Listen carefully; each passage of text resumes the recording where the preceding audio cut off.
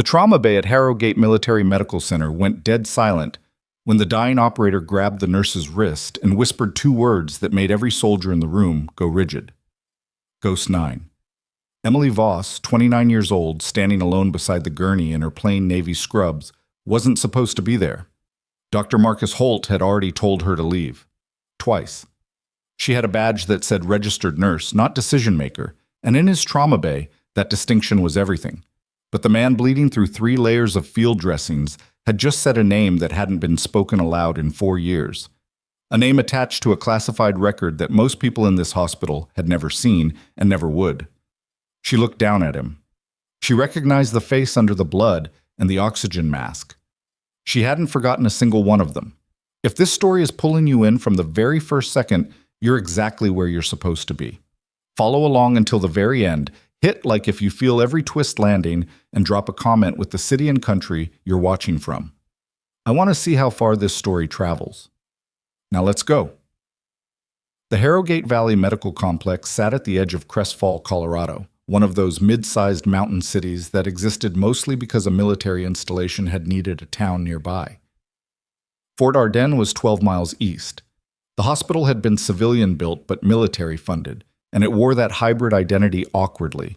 Too corporate for the soldiers who came through its trauma bays, too militarized for the civilian nurses who clocked in every morning at 6. Emily had been clocking in at 6 for 14 months. She had chosen Crest Falls deliberately, the way someone chooses a place to disappear without looking like they're disappearing. Affordable rent. Low profile. A hospital large enough to stay busy, small enough that nobody asked too many questions about why a 29-year-old with no college debt and no local family had settled there. She told her supervisor she'd done her clinical rotations in the Pacific Northwest.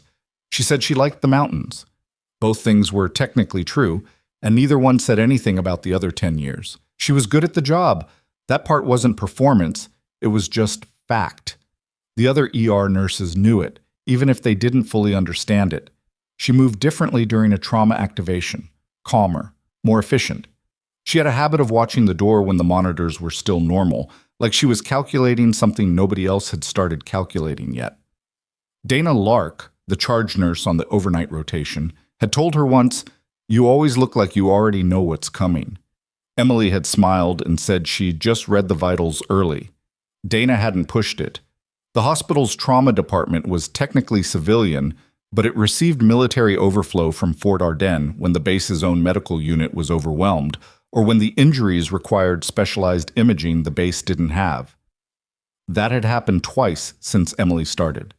Both times she'd been on shift.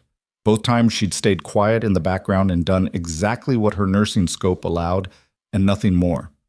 She was careful like that. The morning of the 14th started like every other Wednesday. She parked her truck in the staff lot, walked the back entrance because the front lobby had recently added a digital sign-in kiosk that she found unnecessarily loud, and made it to the locker room at 5:51. Her scrubs were already on. She'd put them on at home. The day shift handoff was brief. 1 chest pain overnight, discharged. 1 pediatric asthma case, admitted.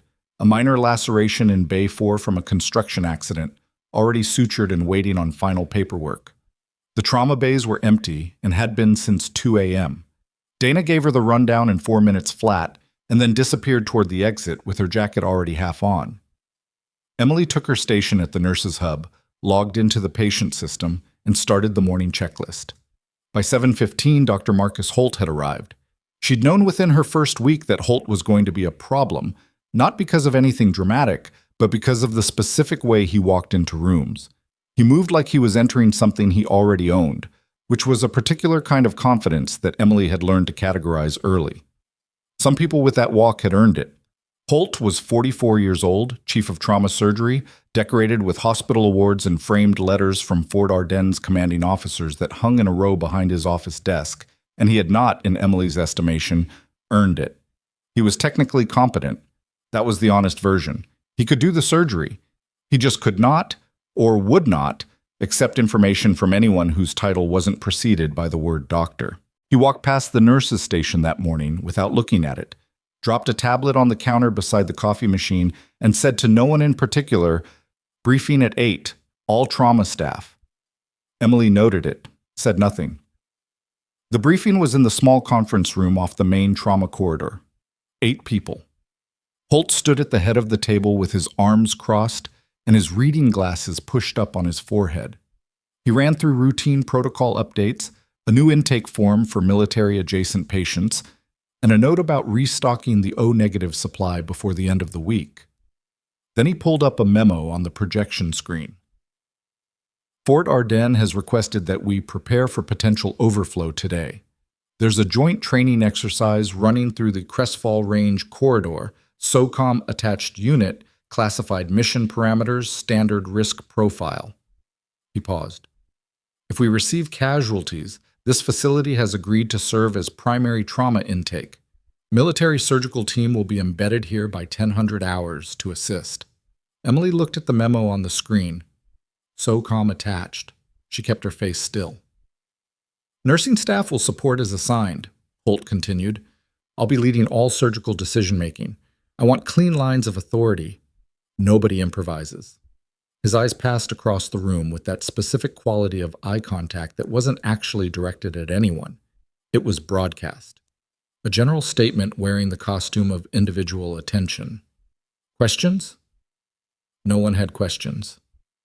Emily wrote O-neg restock on her notepad so she'd look like she'd been paying attention to the mundane parts. The military surgical team arrived at 9:47.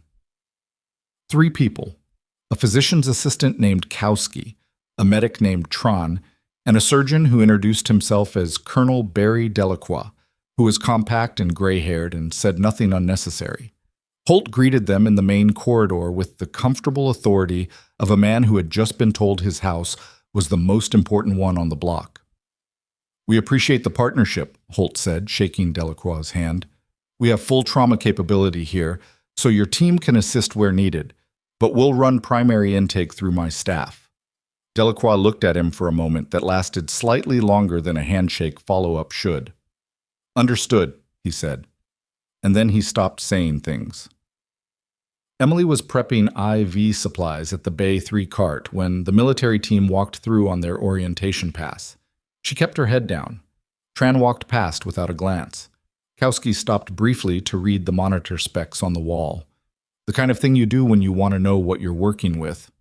Delacroix paused at the entrance to Bay 2, scanned the room in a single slow sweep that Emily recognized as the movement of someone cataloging exits and sightlines and equipment positions simultaneously, and then moved on. She exhaled once he was past. She had never met Delacroix. That helped. Tip. At 11:23, the radio at the main desk crackled. The paramedic dispatcher's voice came through with the controlled flatness of someone reading a high-priority report. Harrogate, this is Crestfall EMS dispatch. Multiple trauma inbound. Vehicle collision involving military convoy on Route 9 North. 3 critical, 2 serious. ETA 11 minutes. Requesting full trauma activation. The trauma bay came alive the way it always did. Not chaotically, but with the specific velocity of practiced people doing practiced things. Holt emerged from somewhere near the surgical suite, already pulling on gloves. Nurses moved to their stations. The PA system ran the activation code overhead twice. Emily checked her bay assignment. Bay 1. She pulled the crash cart to position, confirmed the intubation tray, and started mentally running through what a convoy collision on Route 9 meant in terms of probable injury patterns. Route 9 North was a grade-descended mountain highway. Collision physics on a descent meant high-speed impact, probable rollover, compression injuries, spinal risk. Military vehicles added weight. The secondary occupant injuries would be significant. She was calculating compartment syndrome risk and cervical instability timing in her head before the first ambulance had pulled into the bay. Holt appeared beside her. Voss. Bay 1's ready, she said. I need you on supply backup, not primary care. Dr. Tran will assist me on the first patient. I want you available to run labs to the blood bank when I need them. She looked at him. Lab runner. She'd been a trauma nurse for 14 months and he was assigning her to carry paper between buildings. I'm Bay 1 certified, she said, carefully. I've run primary nursing on... I'm aware of what your badge says. He wasn't looking at her anymore. He was looking at his tablet. Supply backup. Thank you. She could have said more. She'd thought about this kind of moment before. The cost-benefit of pushing back in a situation where the person above her had already decided the conversation was over. She stayed quiet and moved to the supply station. The first ambulance arrived at 11:34 to The patient in Bay 1 was a man in his mid-30s, big across the shoulders, in shredded tactical gear with field dressings already applied at 3 points: left thigh, right shoulder, abdomen. The paramedics had bagged him twice in transit. His pressure was falling. Holt moved in fast. Delacroix was beside him within seconds. The team converged. Emily held her position at the supply station, watching through the bay window. She saw it before any of them called it: the field dressings on the abdomen, the way they'd been applied, two overlapping, angled slightly off-center. The pressure on the left lateral edge, not the right. She'd seen that pattern before, a long time ago, in a situation where the medic applying the dressings was working in the dark under fire and had compensated for a double entry wound by covering both points with one application. It was a field-expedient technique, effective under combat conditions, but it created a specific liability. The right lateral margin of the original wound was being compressed at an angle that would appear stable on external exam but could miss a secondary bleed. She knew this because she had done it herself. Once. Years ago. And the surgeon who'd received that patient had caught it 40 minutes later, almost too late, and had quietly explained the mechanism to her afterward. She watched Holt's team work. They were treating the visible. They were reading the external presentation, the primary entry points, the pressure readings. They were doing exactly what the presentation suggested. She moved toward the bay entrance. "Dr. Holt?" He didn't turn. "Supply station, Voss. I need you to consider a secondary bleed, right lateral margin. The dressing application on the Voss." Now he turned. The look was not anger, Smunt. It was something colder than anger, which was dismissal so complete it didn't require emotion. "I have this patient. Return to your station. The dressing pattern is compensating for a double entry. That is speculation from a nurse who is not assigned to this bay." His voice dropped, which was worse than if he'd raised it. "If I need input from support staff, I will ask for it. Are we clear?" The whole bay had heard it, not because anyone stopped what they were doing, but because rooms absorb conversations like that. They go into the walls. Emily stepped back. She returned to the supply station. She picked up the lab requisition sheet that was waiting there, walked it to the blood bank, walked back. She did her job. She watched through the window the whole time. At 11:52, the monitor in Bay 1 spiked and then flattened into a cascade alarm pattern she recognized immediately. The right lateral bleed had opened. The next 4 minutes were controlled chaos. The kind where everyone is moving, but the motion has that particular breathless quality of people catching up to something that got ahead of them. Holt was calling for additional imaging. Delacroix was already palpating the right lateral margin. The tech was trying to reposition the portable ultrasound. Emily was back at the supply station. She was holding a bag of O-negative blood that she'd pre-pulled 20 minutes earlier because she'd done the math on his volume loss and knew they were going to need it before the formal order came through. She had not told anyone she'd pulled it. She had just pulled it because that was the difference between having it and not having it. A nurse from Bay 3 appeared at her shoulder. "They're calling for O-neg." Emily handed her the bag, already warm from being held. The nurse blinked. "How did you, Just take it." She did. Set. The patient stabilized. It took longer than it should have, and Holt knew it. She could tell from the particular stillness of his posture when the monitors finally normalized, the way a person stands when they're recalculating something internally and don't want it visible on their face. Delacroix said nothing, which was, Emily had learned, how he said the loudest things. The second and third ambulances had come in during the chaos of Bay 1. Emily had been pulled to Bay 2 to assist with a serious but stable patient, fractured femur, lacerations, alert and oriented, while the Bay 3 team handled a soldier with shoulder and clavicle trauma. The stable patient in Bay 2 was young, maybe 26. He had the particular build and the particular haircut that went with a certain type of military job. He had a tattoo on his right forearm. a small geometric mark she didn't look at too directly. He was conscious, in pain, talking to the nurse on his left side when Emily came to check his IV line. She moved efficiently, checked the drip rate, noted his pressure, made a small adjustment. He turned his head to look at her. She felt it before he said anything. That quality of recognition, the moment someone's face shifts from stranger assessment to specific recall. "Hold on," he said. She didn't look up. "Hey." His voice was different now, quieter. Not the pain voice, not the patient voice, something older. "What's your name?" "Emily Voss? I'm your nurse in Bay 2. Your femur is stabilized. Where were you before this?" She adjusted his IV tape. "I did my rotations in..." "That's not what I asked." She made herself look at him. He was watching her with eyes that were clearer than they should have been given his pain medication level, and his expression had that specific quality of a person who has had a very precise memory triggered and is checking it against the present moment. "You need to rest," she said. "Your pressure is Kandahar, 2019.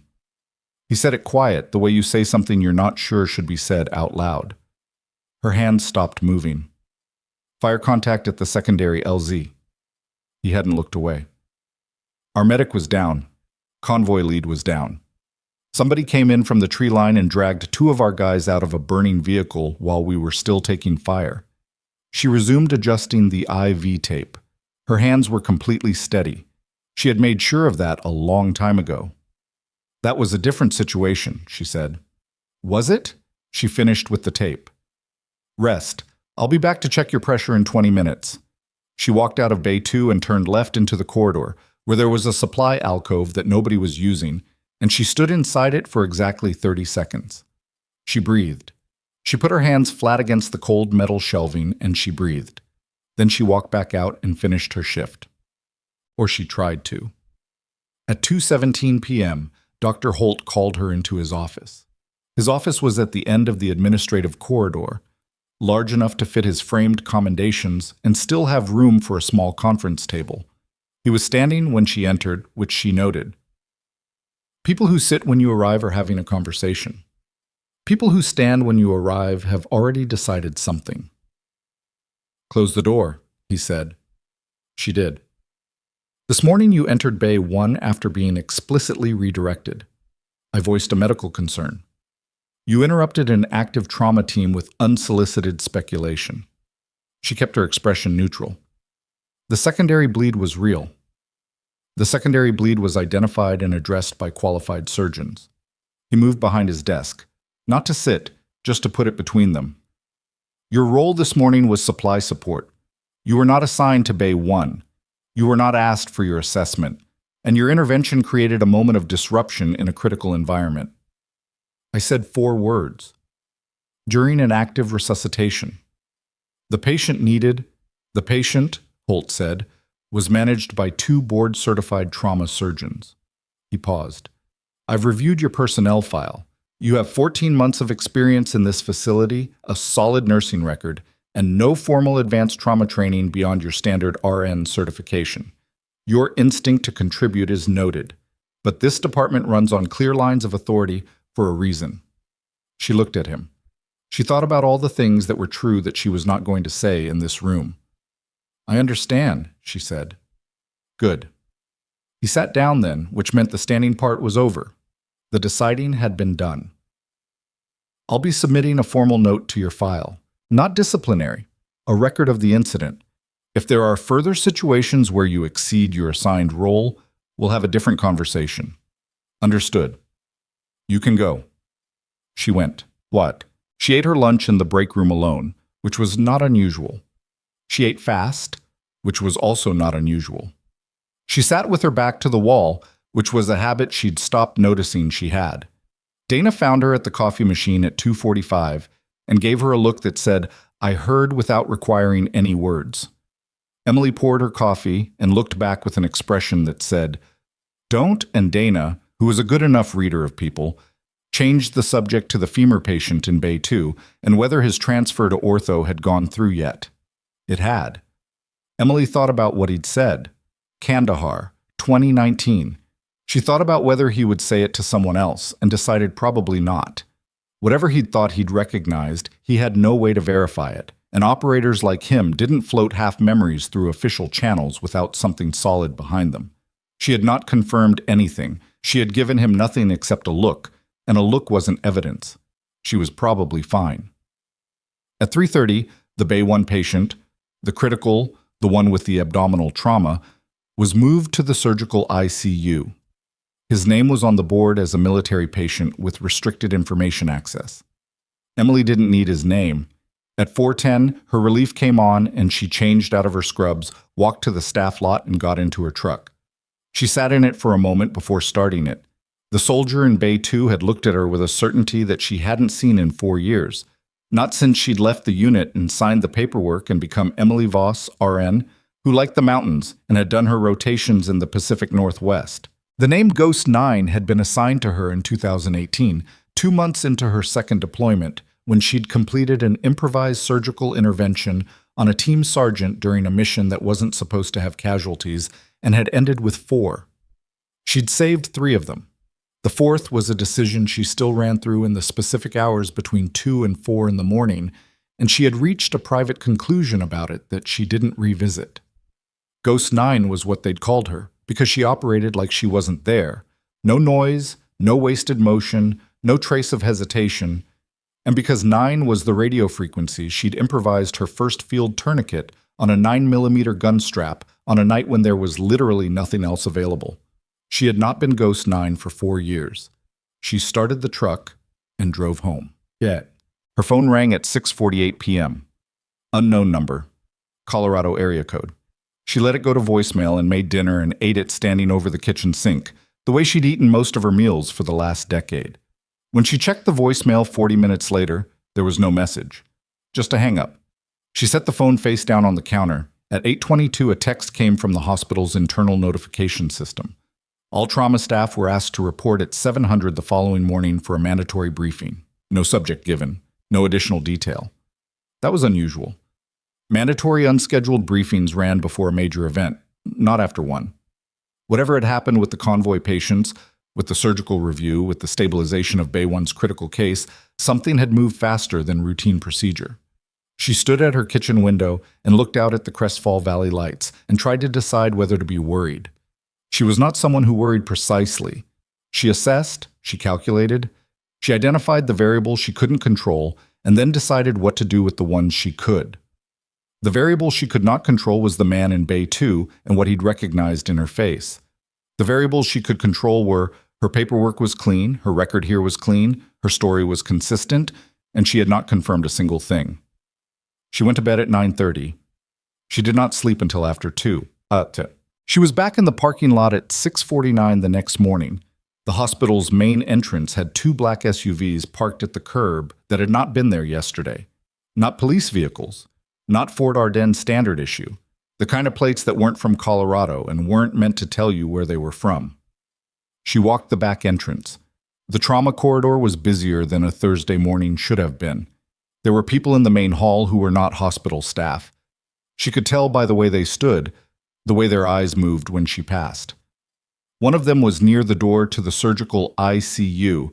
She went to the nurses' hub and logged in and started her morning checks as if everything was normal. Dana appeared beside her. "Did you hear?" "Hear what?"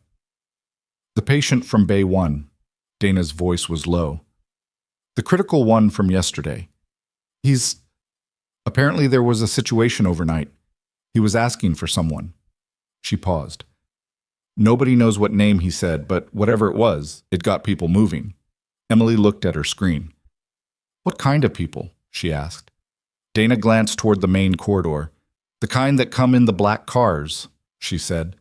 Emily kept her eyes on her screen. Down the hall, past the surgical ICU door, past the nurse in the black suit who was pretending to read something on a tablet, the man from Bay 1 was apparently awake and apparently asking for something. And apparently 2 words had been enough to bring the kind of people who drove cars without readable plates to a civilian hospital at 6 in the morning. She knew what 2 words. She had known since yesterday. Her hands were on the keyboard. They were completely still. The briefing was in 40 minutes. Holt was going to stand at the front of the room and run whatever version of yesterday he had constructed, and the military team was going to be there, and Delacroix was going to say nothing or say everything depending on what had happened in that ICU room last night.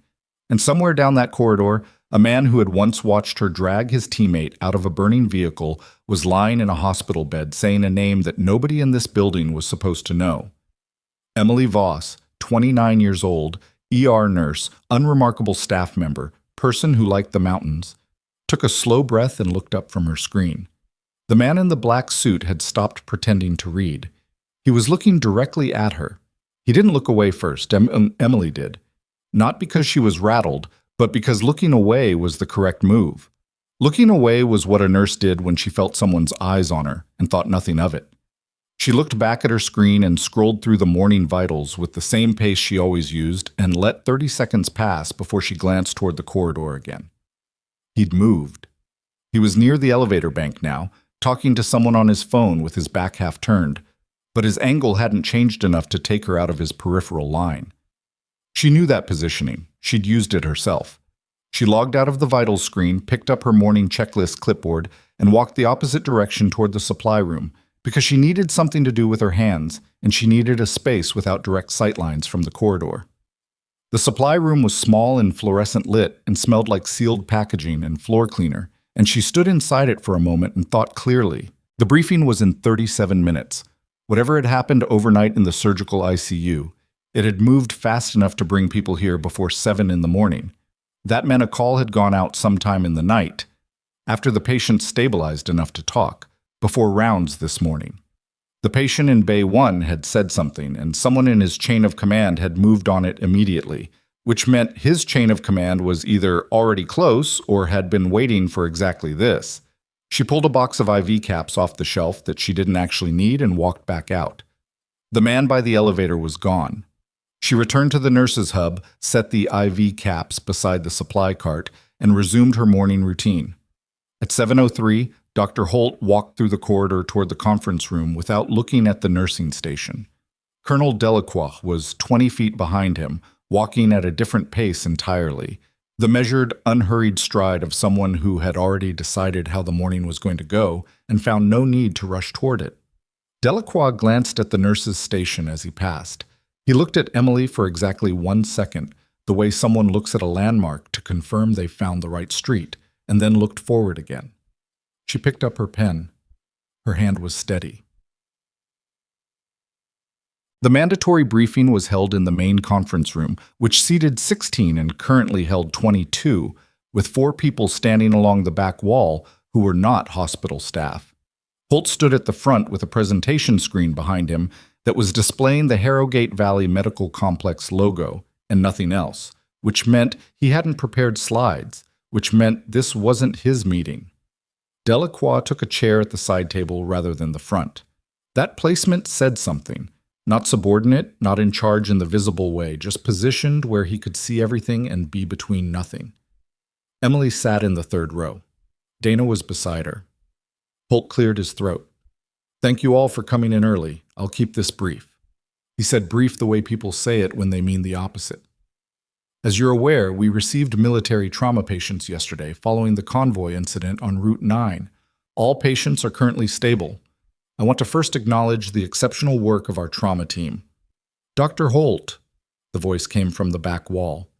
One of the standing men, mid-40s, short hair going gray at the temples, a jacket that didn't match his pants in the specific way of a man who had dressed in a hurry or didn't care about matching.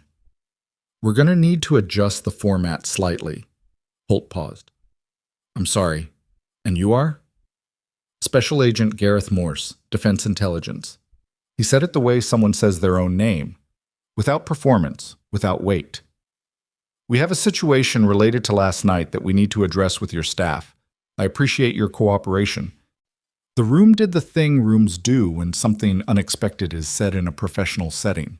Everybody stayed very still, and nobody looked at each other, because looking at each other would acknowledge that the situation had changed, and nobody wanted to be the first person to acknowledge that. Holt's posture went careful. "Of course.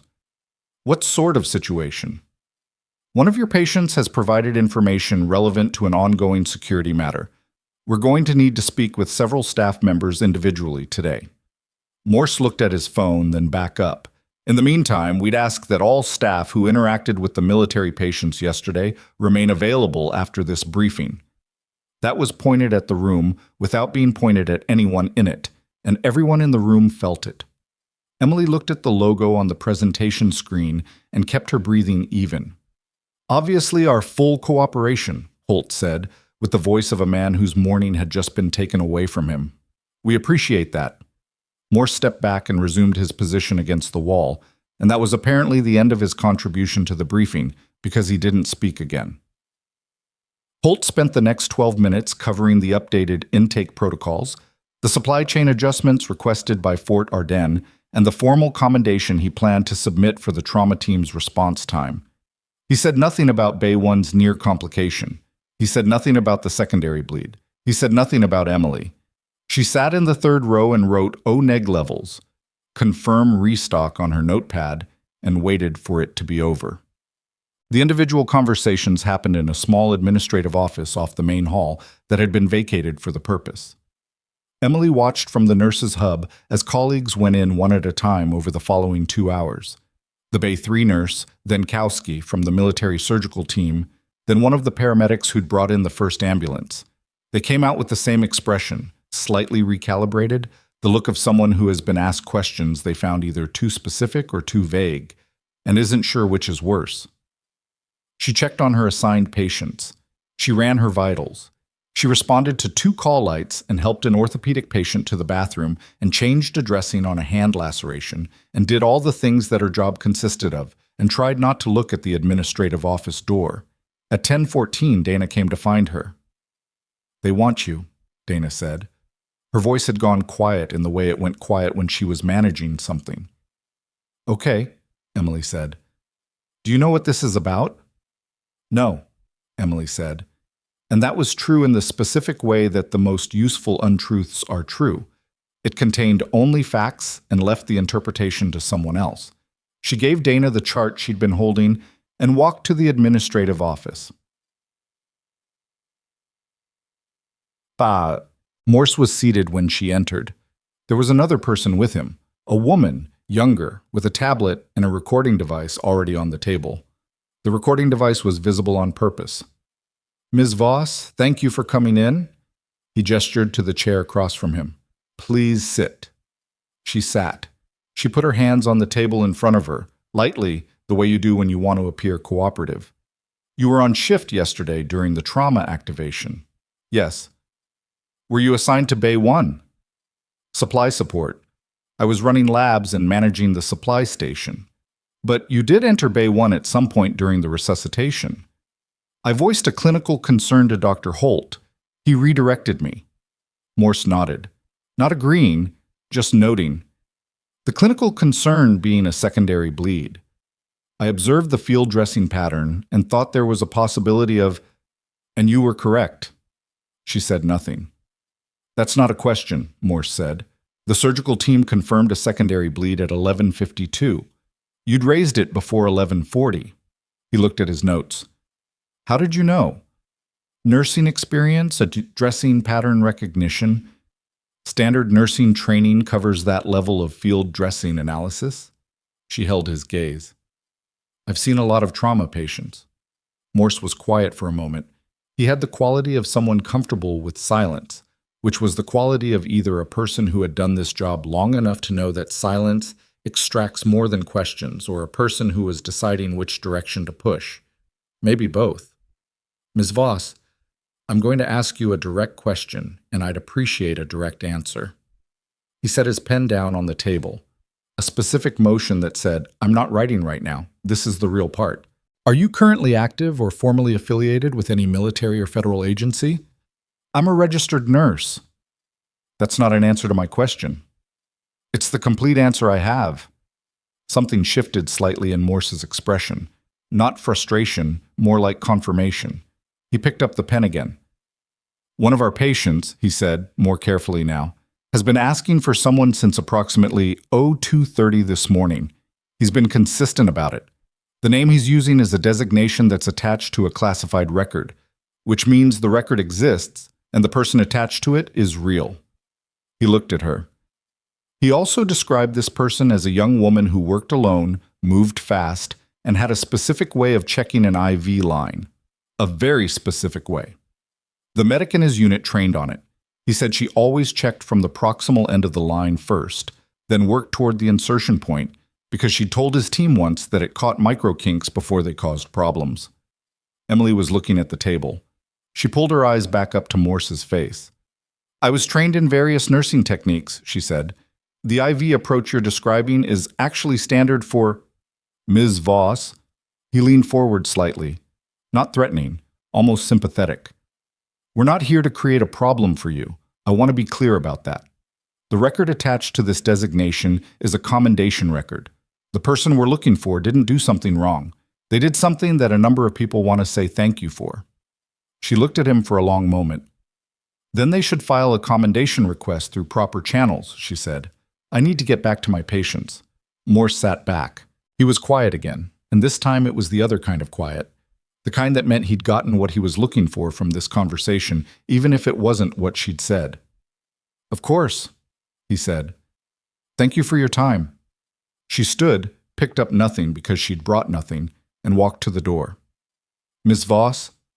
His voice behind her. He said one other thing. He said she used to hum very quietly while she worked. Something without a melody, just a rhythm, barely audible. A pause. Does that mean anything to you? She opened the door.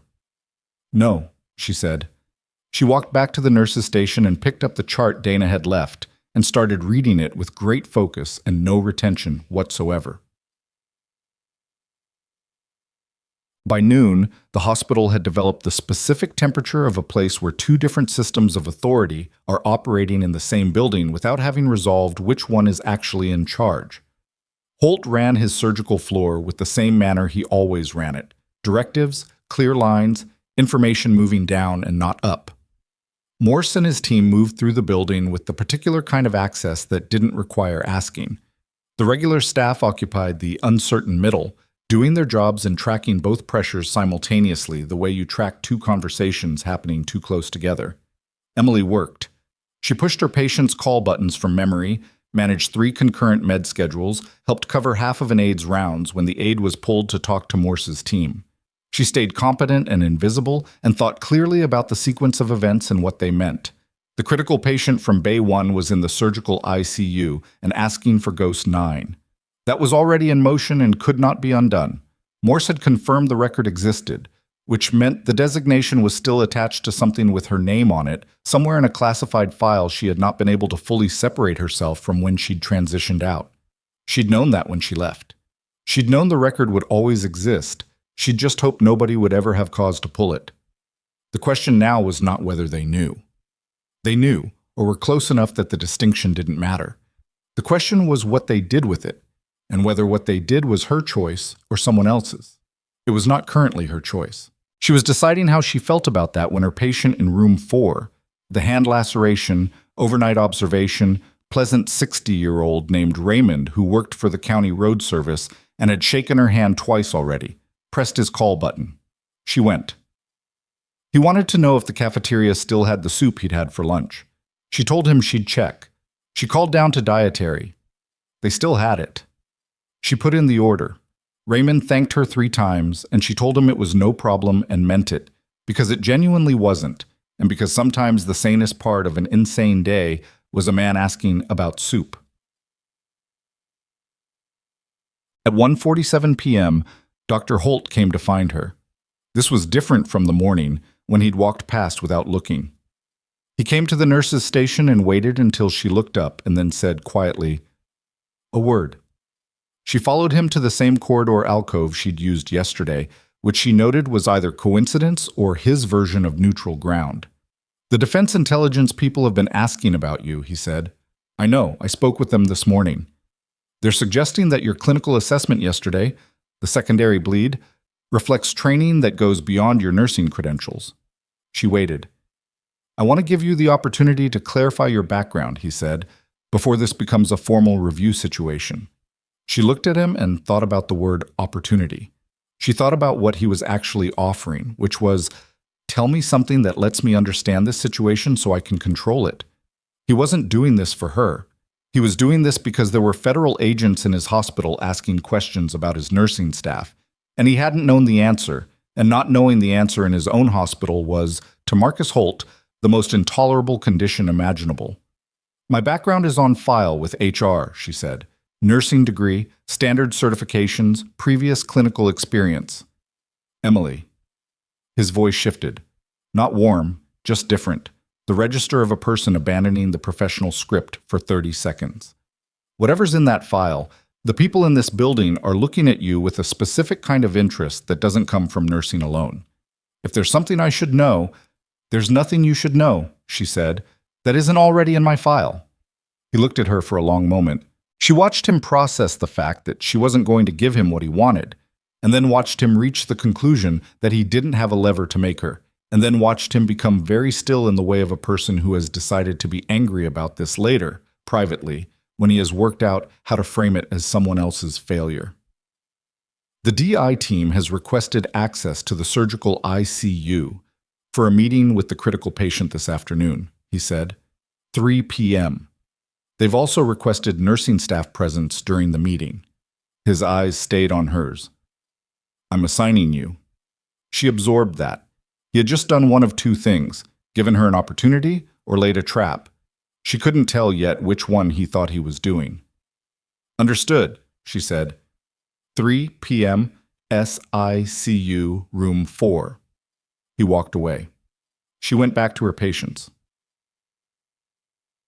At 2:30, she used her break to go to the staff bathroom on the second floor, which was the one bathroom in the building where nobody ever came to find you because it was slightly out of the way and the light fixture buzzed slightly and nobody liked it. She ran cold water over her wrists for 30 seconds, which was a habit from the field, not for any dramatic reason, just because cold water on the pulse points reset her body temperature when it climbed, and her body temperature had been climbing since this morning. She looked at herself in the mirror. She thought, you knew this was a possibility. She had always known this was a possibility. She'd made a calculated decision 4 years ago that the probability was low enough to accept, and she had built a life inside that probability, and the life was real. It had just been interrupted. She dried her hands and went back downstairs. SICU room 4 was private, with a glass partition that had been fitted with a curtain pulled most of the way across.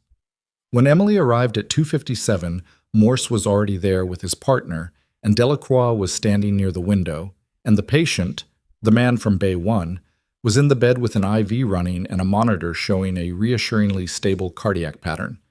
He looked better than he had yesterday. His color was back.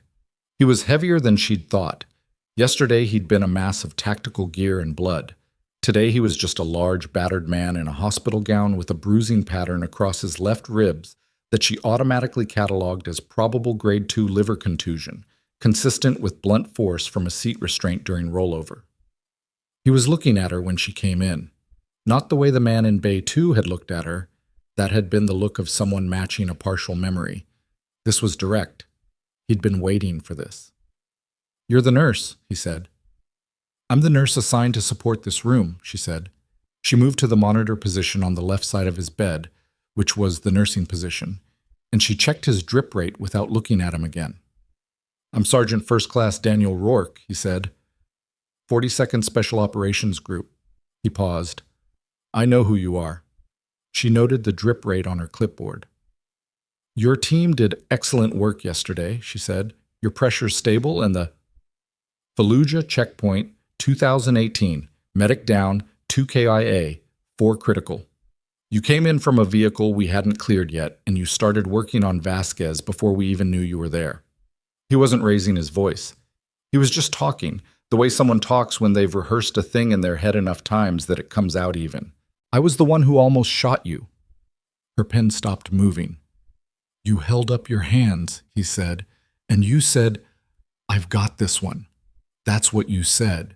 3 words. Then you went back to work. He exhaled through his nose. I've thought about that a lot. I've got this one.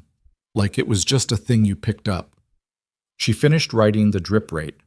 Her handwriting was completely legible. Mr. Rourke, she said. "I'm here in a nursing support capacity. If you have concerns about your medical care, they told me the secondary bleed almost got missed yesterday." She said nothing. "They told me a nurse caught it before the imaging confirmed it."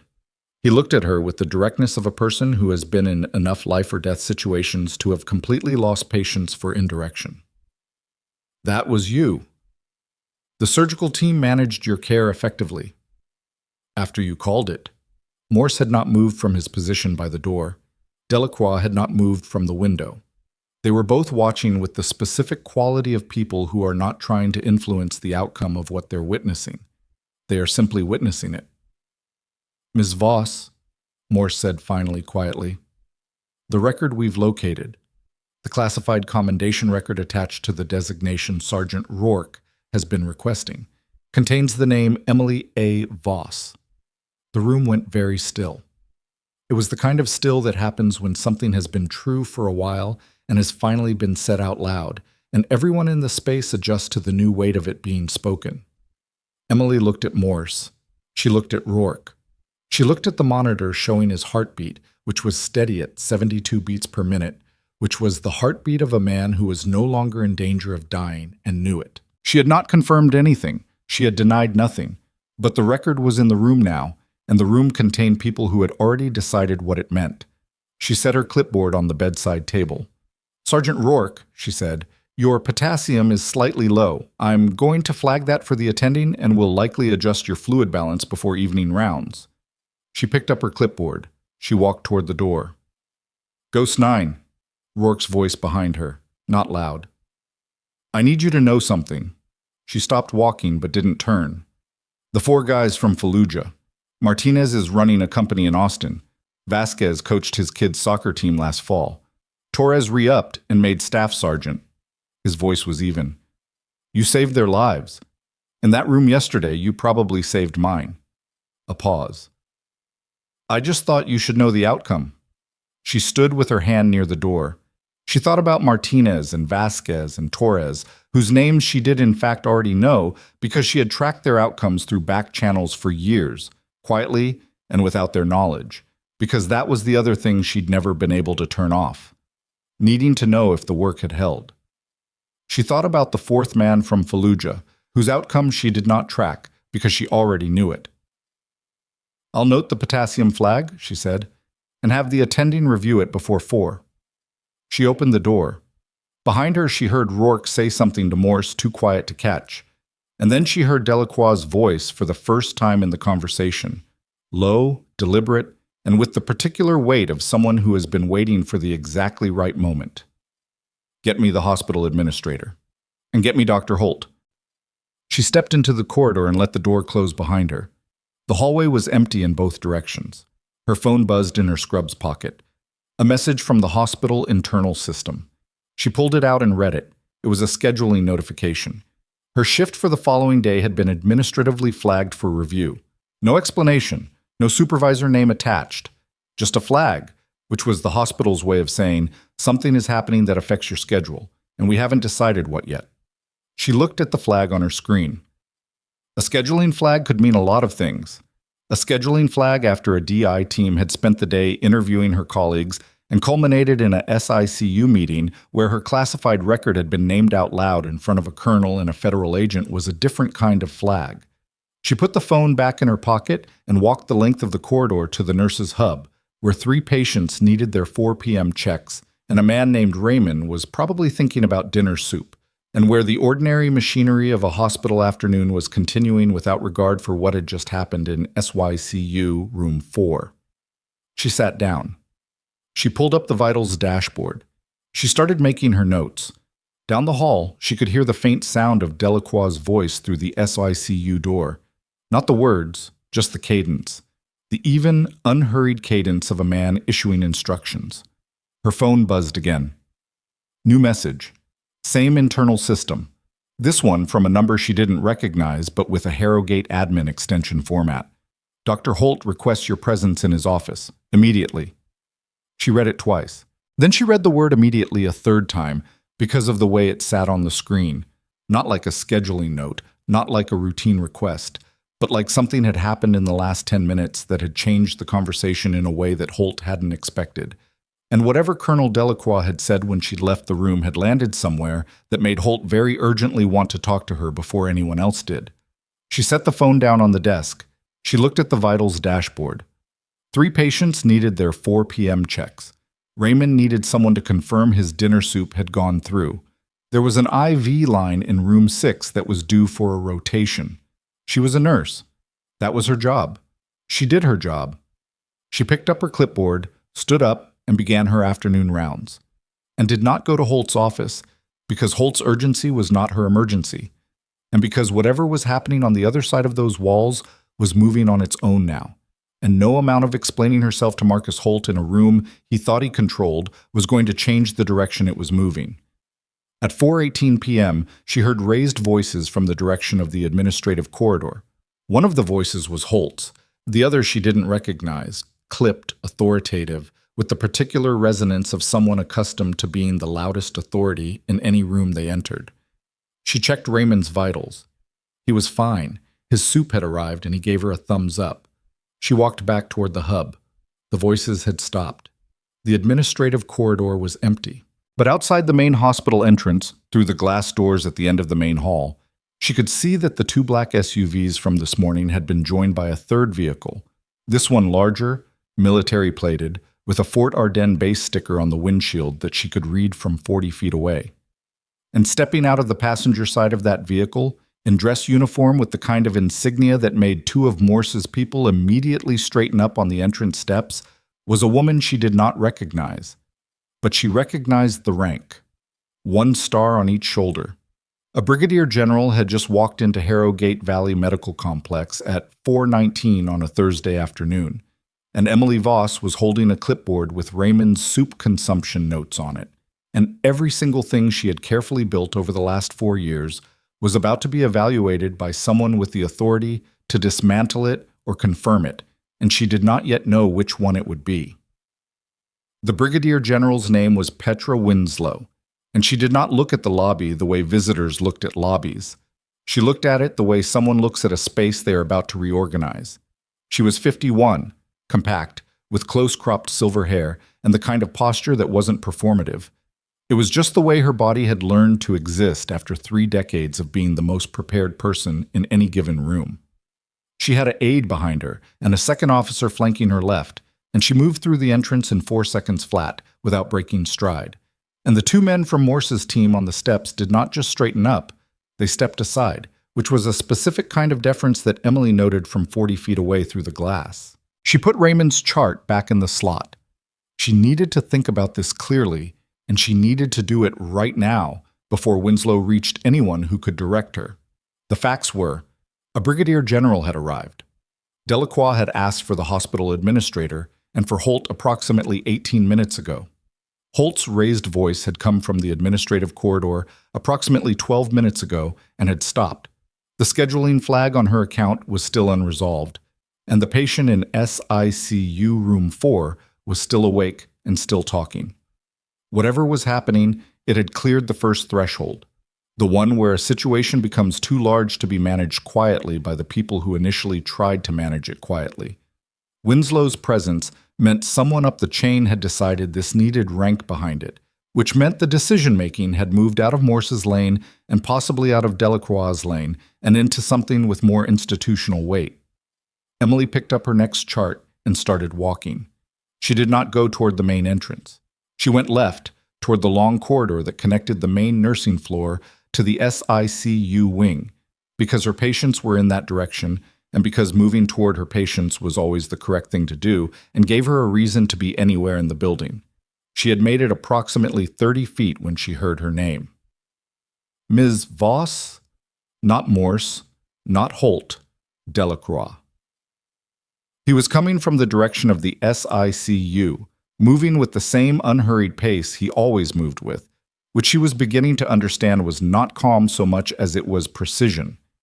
He moved at the speed he needed to move at and not faster, because faster implied reaction, and Delacroix did not appear to react to things.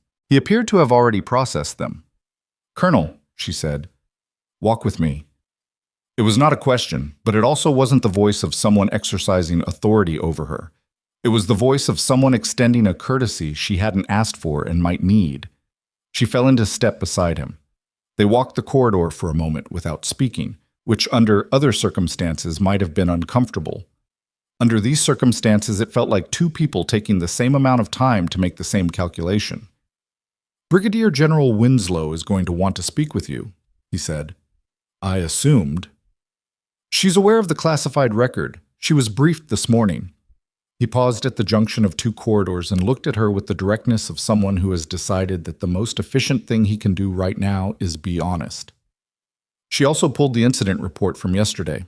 The secondary bleed. Emily waited. "Holt filed a formal nursing incident report this morning," Delacroix said, "before the DI team was here. He flagged your intervention in Bay 1 as an unauthorized scope violation." She heard it.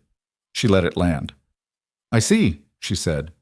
"The timing of that filing," Delacroix said, with the specific evenness of a man not saying what he's actually saying, "is going to be a subject of some discussion." "Is it?" "Yes." He looked forward again. "Winslow is not here to create a problem for you, Ms. Voss. I want you to understand that clearly before you speak with her. She's here because we have a situation where a decorated operator is requesting someone by a classified designation. The person attached to that designation appears to be a current civilian hospital employee, and that same employee filed, or had filed against her, a disciplinary action within 12 hours of correctly identifying a life-threatening complication in a military casualty." He let that sit for 2 steps. "That is the shape of this situation, and Winslow does not like that shape." Emily said nothing for a moment. "Where does she want to meet?" she finally asked. "Conference room B, 10 minutes. She nodded. Delacroix stopped walking. She stopped beside him. He was looking at a point on the wall that didn't have anything on it, and she understood that this was the end of the thing he'd decided to tell her and that the next words were something else. "For what it's worth," he said, still looking at the wall, "Rourke told me what you said to him in 2018. The exact words." A pause. "The exact words. I've got this one." She looked at the wall too. "I need to check on my patients before the meeting," she said. "Of course," he said. She walked on alone. Conference room B was smaller than the main briefing room. 6 chairs around an oval table, a wall-mounted screen that wasn't on, a single window looking out at the hospital's east parking structure. When Emily entered at 4:31, Winslow was already there, seated, with a manila folder open in front of her and a mug of coffee she appeared to have obtained from somewhere without anyone offering it. The aide was outside the door. Nobody else was in the room. Winslow looked up.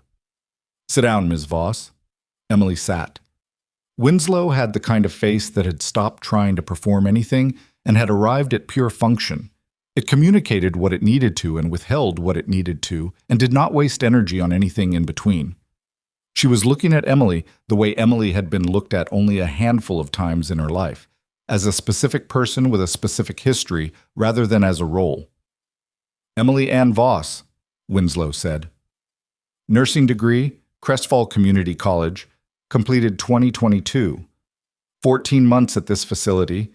Previous address, Seattle, Washington." She looked up from the folder. "Before Seattle." "I worked in clinical settings," Emily said. "Before the clinical settings." Emily met her eyes. "I believe you already know the answer to that." Winslow closed the folder. "I want to hear you say it." The room was quiet. Outside, the parking structure was catching the late afternoon light and throwing it back in long angles through the window. Emily looked at Winslow's insignia and thought about how long a person could carry a silence before it became its own kind of answer. "I served as a combat trauma medic with special operations support elements from 2015 to 2021, she said. "I separated honorably. I transitioned to civilian nursing. I've been doing that." Butch Winslow nodded once. "And the designation Ghost 9. Was assigned during deployment. It's not a name I use." "But it's yours." "It was mine." "It's yours," Winslow said again, with a firmness that wasn't aggressive. It was just corrective. The way a person corrects something that matters. Records don't unassign. The commendation attached to that designation covers 7 separate incidents across 4 deployment periods, 23 lives, one of whom is currently in a bed down that hall asking for you. She paused. Another of whom is my adjutant, Captain Reyes. He was your patient in 2019 outside Kandahar. Emily went very still. She knew Reyes. She hadn't known his last name, not then. Operators didn't always give full names when they were bleeding out. She'd known his blood type and his wound trajectory, and the fact that he'd gripped her wrist hard enough to bruise it when the pain cut through and she hadn't told him to let go. I didn't know, she said. He did. He recognized the description when Morse called this morning. Winslow looked at her evenly. He wanted to come. I told him to stay at post, but he wanted to. Emily looked at the table. She looked at the grain of the laminate surface and the tiny circular mark where someone's coffee cup had sat too long and been too hot. I didn't stay in, she said. It came out quieter than she intended. I wanted something that didn't have a classified debrief at the end. I wanted to just do the work and go home. And can you go home at the end of it? She looked up. Not always, she said, but most nights. Winslow was quiet. It was a different quiet from Morse's, less tactical, more considered, the quiet of someone who understood what it cost to say most nights and left space around it rather than trying to fill it. Dr. Holt's incident report, Winslow said, shifting. You were aware he filed it. Delacroix told me. He filed it at 08:12 this morning, before my team arrived, before the DI team had completed their interviews. She opened the folder again, this time to a different page. The report characterizes your intervention as a scope violation and notes that you entered an active trauma bay without authorization and disrupted the clinical team. It recommends a formal review of your nursing conduct. She looked up. What it does not mention is that the patient in that bay had a secondary bleed that was clinically identified by you and subsequently confirmed by imaging. Emily said nothing. What it also does not mention, Winslow continued, is that in the 18 months you've worked in this facility, you have never received a negative performance review, have been commended twice by the Director of Nursing for Patient Outcomes, and have a 0 incident record. He doesn't have to mention those things, Emily said. It's an incident report. He's reporting the incident. He's reporting a version of the incident. She held Winslow's gaze. Yes. And the version he's reporting would, if accepted without context, result in a conduct review that ends your nursing career and removes you from any further contact with military patients at this facility. Winslow said it flatly, the way you say a fact you find unacceptable. He filed it before anyone could contextualize it. That's a specific kind of decision. Emily thought about Holt in his office yesterday. The patient was managed by 2 board-certified trauma surgeons, and thought about the way he'd said it, the particular smoothness of a person who had already rehearsed the narrative before the crisis had finished happening. What happens now? She asked. Now, Winslow said, we have a conversation about what the Army wants to do and what you want to do and whether those 2 things can align. She set both hands flat on the table, which was a gesture Emily read as I'm being direct. The Army's position is that a former decorated combat medic with a classified commendation record is currently working as a bedside nurse in a hospital that serves our personnel, that she correctly identified a life-threatening complication that the attending surgeon did not, and that she is currently the subject of a retaliatory incident report from that surgeon. A pause. My position is that this is unacceptable, and I intend to say so, formally and loudly if necessary. Emily felt something shift inside her. Not relief, exactly. More like a pressure she'd been holding without realizing it, adjusting. I'm not looking for a fight, she said. I know. That's why someone else is going to have one on your behalf. Winslow's expression didn't change, but something behind it did. Something that might, in a different context, have been called satisfaction. Holt doesn't know what's in your file. He filed that report against a nurse named Emily Voss with 14 months of experience and a nursing degree. He doesn't know what he filed it against. Emily thought about that. When does he find out? She asked. About 40 minutes ago, Winslow said. What?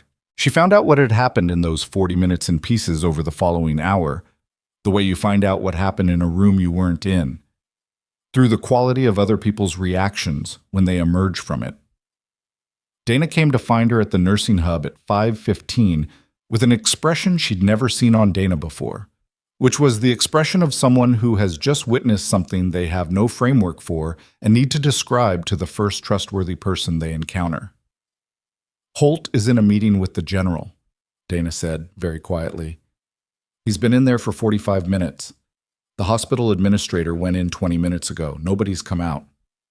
"Okay," Emily said. "Emily," Dana lowered her voice further. "One of the DI team people, Morse's partner, asked me this afternoon about the O-neg blood you pulled before the official order came through yesterday. She asked me how long before the order you'd pulled it." She looked at her. "I told her 20 minutes. Is that right?" "About that." "How did you know?" Emily checked the vitals printout in her hand. "I read the presentation early." Dana stared at her for a moment. "That is not a thing people just do, Emily." "It is if you practice." Dana opened her mouth, closed it, and then said, "There are a lot of things about you that I have apparently not been paying close enough attention to." "You've been paying exactly the right amount of attention," Emily said. "You do your job very well." That felt like a compliment and also somehow like a redirect. Those aren't mutually exclusive. Dana shook her head slowly and went back to her station, and Emily returned to her patients, and at 5:47 the conference room B door opened. She didn't see it happen. She was in room 4 checking on a post-op patient. But she heard it in the acoustic change of the main corridor, the way sound moves differently when a group of people emerges into a space that was previously quieter. She heard a single raised voice, Holt's, with the particular edge of a man discovering that the conversation he thought he was controlling had been something else entirely. Then 2 lower voices, overlapping, neither of which was his. Then silence. She finished her check on the post-op patient, documented the vitals, and stepped into the corridor. Holt was standing near the junction of the administrative hall and the main corridor, and he was alone, and the quality of his stillness was something she had not seen from him before. He was a man who stood in rooms like he owned them. Right now, he was standing the way a person stands when the ground has shifted under them and they haven't finished recalculating. He saw her. She expected something from him. Anger, deflection, the cool clinical dismissal that was his default setting. She was prepared for all of those things. She had a response ready for each one. What she was not prepared for was the look he actually gave her, which was something more complicated than anger and less simple than shame.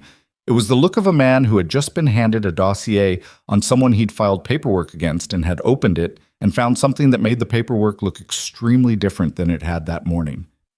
He looked at her for 3 seconds. Then he walked the other direction. She let him go. Autumn. At 6:02 p.m., Winslow found her in the SICU corridor and said, with the efficiency of a person who has completed one task and moved to the next, "The incident report has been flagged for formal review by the hospital's Medical Review Board, with Army advocacy on record. Holt has been informed that his report will be evaluated against the full clinical record, including the imaging timestamps and the blood bank log." Emily nodded. "He's also been informed," Winslow continued, "that Colonel Delacroix intends to submit a formal commendation for your clinical intervention to the Army Surgeon General's office, which will create a parallel record that directly contradicts the incident report." A slight pause. "He didn't take that particularly well." "No," Emily said. "I wouldn't expect him to. His report won't survive the review, not with the imaging confirmation and the blood bank log showing you pre-pulled O-neg 20 minutes before the order. Those 2 things together tell a story that's hard to argue with." Winslow looked at her steadily. "I want to be clear about something. This process isn't going to be instant. A board review takes time. There will be procedural steps. You may be placed on modified duties while it's pending." "I understand. And I can't promise Holt doesn't try to fight it." "I understand that too." Winslow studied her for a moment. "You're not surprised by any of this." "I'm surprised by some of it," Emily said honestly. "The speed, the general showing up in person." She paused. "Reyes." Winslow's expression shifted by the smallest degree. "He'll want to see you." "I know." Emily looked down at the corridor floor, then back up. "I'm not ready for that yet." I'll tell him to give it a few days. Thank you. Winslow started to turn, then stopped. She did it the way people stop when they've remembered something they almost left out. Not dramatically, just a correction to the exit. One more thing. Rourke asked me to give you something. She reached into her jacket pocket and produced a folded piece of paper, actual paper, handwritten, which in 2024 was either very old-fashioned or very deliberate. He said he wrote it last night. He wasn't sure he'd get to say it in person. She held it out. Emily took it. Winslow left. Emily stood alone in the corridor with the folded paper in her hand and did not open it immediately because she was not ready to open it immediately and because the corridor was not the place. She put it in her scrubs pocket and walked back toward the main floor and did her 6 p.m. medication rounds and noted that Raymond's dinner had arrived and been consumed and that he had given the soup 4 out of 5 stars, which he reported to her with great seriousness, citing the lack of crackers as the lost point. She told him she'd file a complaint with dietary. He said that would be appreciated. She went back to her station.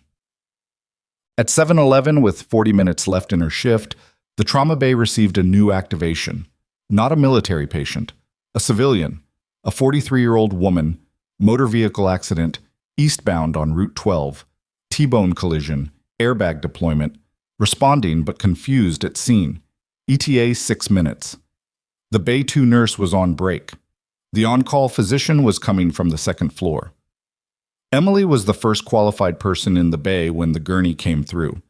She moved without thinking, not the Emily Voss who had been carefully managing her visibility for 14 months, but the person underneath that, the one who had been there longer.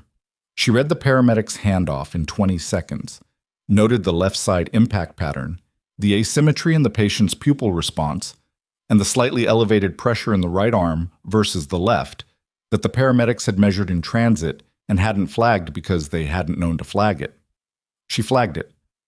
Asymmetric blood pressure presentation, possible aortic involvement, she said to the on-call physician when he arrived 30 seconds later. Her voice was level. I want to rule out dissection before we move to standard. I see her, Voss. I've got it. Left arm pressure was 118, right arm was 147. That gap widened in transit per the paramedic notes. That's a 30-point differential.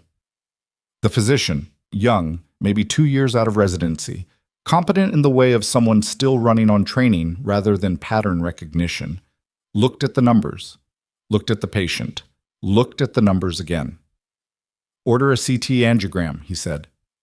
Already called it, she said. He looked at her for a moment with an expression she'd seen before in different settings, the expression of someone recalibrating. Good catch, he said. She nodded and kept working. The CT confirmed a small aortic intimal tear, early stage, catchable, the kind of injury that had a narrow window between manageable and catastrophic. The patient was stabilized, transferred to the cardiovascular unit, would require monitoring and likely a procedure, but would, with reasonable probability, be fine. Emily finished her shift notes at 7:58 and clocked out at 8:03. She sat in her truck in the parking lot. She took the folded paper out of her pocket. Rourke's handwriting was cramped and slightly tilted to the left, the handwriting of someone who learned to write fast in conditions that didn't allow for a flat surface.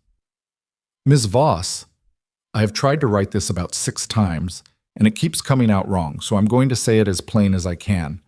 The 4 of us from Fallujah talk about you. Not the whole story, but most of it's classified. But the way we talk about you, it's the same way you talk about someone who made a decision that you didn't have to make. You chose to be there. Nobody ordered you to that vehicle. You just decided someone needed help, and that was enough for you. I don't know if anyone ever said this to you directly. You are the reason I made it home to my family.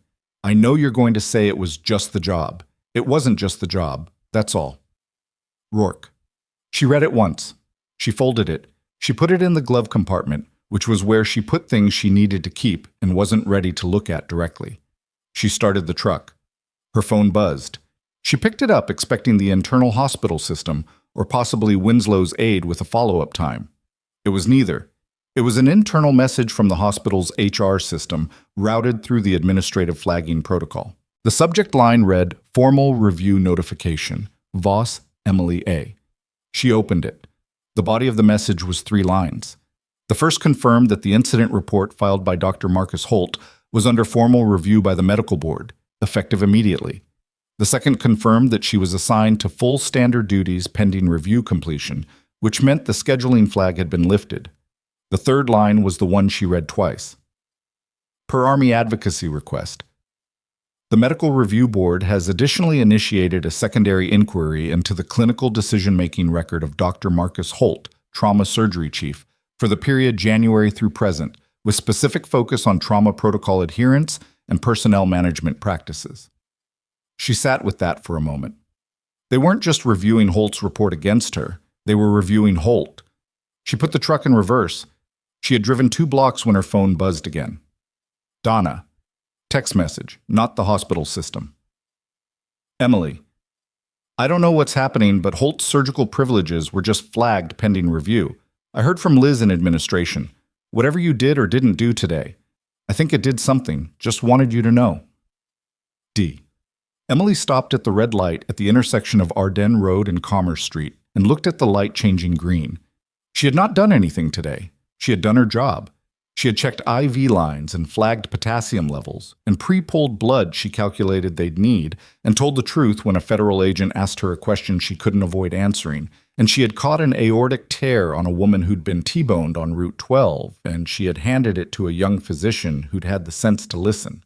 The light was green. She drove. She was almost home, 3 blocks from her apartment building, when the second phone, the one she kept in the center console, the prepaid one, the one with a number she had given to exactly 4 people in the world, buzzed for the first time in 11 months. She pulled over. She picked it up. 1 message. No name. Just a number she recognized. Heard you're at Harrogate. Heard things are in motion. Need to talk. Not about the past. About what's coming. Call me. She stared at the screen.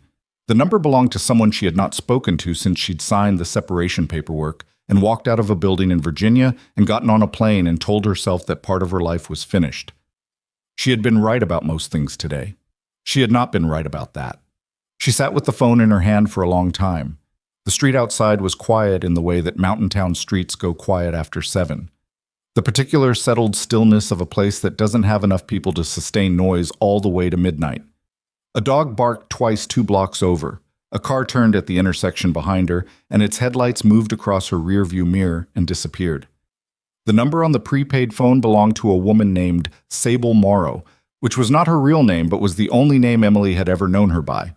Morrow had been her handler for the last 2 years of her operational period, not in the military sense, but in the sense of a person who existed at the intersection of military special operations and something less formally named, the kind of oversight role that appeared in no org chart and was referenced in no official documentation and was absolutely real. She was the person Emily had called when a mission went outside its parameters. She was the person who had told Emily, when Emily finally said she was done, that she understood and that the separation paperwork would be clean and that they wouldn't reach out unless they had no other option. 11 months of silence. Need to talk, not about the past, about what's coming. Emily stared at the message. Then she put the phone face down in the center console and drove the remaining 3 blocks home, because she was not going to make a decision about Sable Morrow, parked on a residential street in the dark. And because she needed to eat something and she needed 8 hours of sleep, and both of those things were more immediately manageable than whatever what's coming meant. She ate leftover rice and cold grilled chicken standing at the counter. She showered. She lay down at 9:15 with the prepaid phone on the nightstand beside her regular phone, both screens dark. She slept until 4:47, which was better than the night before. She picked up the prepaid phone at 5:02, while the room was still dark and the decision felt slightly more like a practical matter than an emotional one. She typed, "Tomorrow, noon, my terms." Morrow's response came back in under a minute. "Name the place." Emily put the phone down and started her morning. She arrived at the hospital at 6:40 and found it already operating at a different frequency than it had yesterday. Not louder, the opposite. The The particular quiet of a place where significant things had happened and the people inside it were still in the process of recalibrating around them. The main corridor had the same institutional fluorescence, the same early morning smell of floor wax and cafeteria coffee, but the arrangement of people in it was wrong in ways she cataloged automatically. 2 staff members clustered near the administrative corridor who should have been at their stations. The charge desk for the surgical floor unmanned, which at 6:40 on a weekday was unusual. A woman from HR she recognized but had never spoken to, standing near the elevator with a manila folder held tight to her chest, looking at her phone with the focused expression of someone waiting for instructions. Dana was at the main nursing hub when Emily logged in. "Holt's not here," Dana said without preamble. Emily looked at her. "Called out?" "Nobody's saying. Administrative leave, maybe." Liz told one of the overnight nurses that his badge access was restricted last night. She paused. "After 8 p.m. After Winslow's meeting. After the secondary inquiry notification had gone out." "Who's covering trauma?" Emily asked. "Dr. Osei is coming in early. She's been notified." Dana's voice was very measured, which was the voice she used when she was managing her own reaction to something. "The overnight supervisor told me there was a meeting between hospital administration and the Army team until almost 10. After that, Holt apparently tried to re-enter the administrative floor, and his badge didn't work." She looked directly at Emily. "People are talking. People always talk." Emily," Dana said it quietly, with the particular weight of someone arriving at a thing they've been circling. "I've been at this hospital for 9 years.